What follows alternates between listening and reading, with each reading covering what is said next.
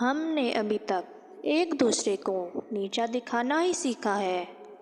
جس دن ہم نے ایک دوسرے کو راستہ دکھانا اور مدد کرنا سیکھ لیا، اس دن دین و دنیا میں کامیابی ہمارا مقدر بن جائے گی۔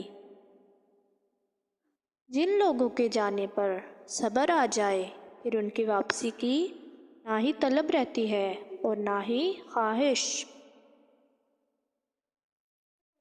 زندگی میں بہت سی غلطیاں ہوتی ہیں، لیکن جو غلطیاں لوگوں کو پہچاننے میں ہوتی ہیں، ان کا خمیازہ سب سے زیادہ بھگتنا ہوتا ہے۔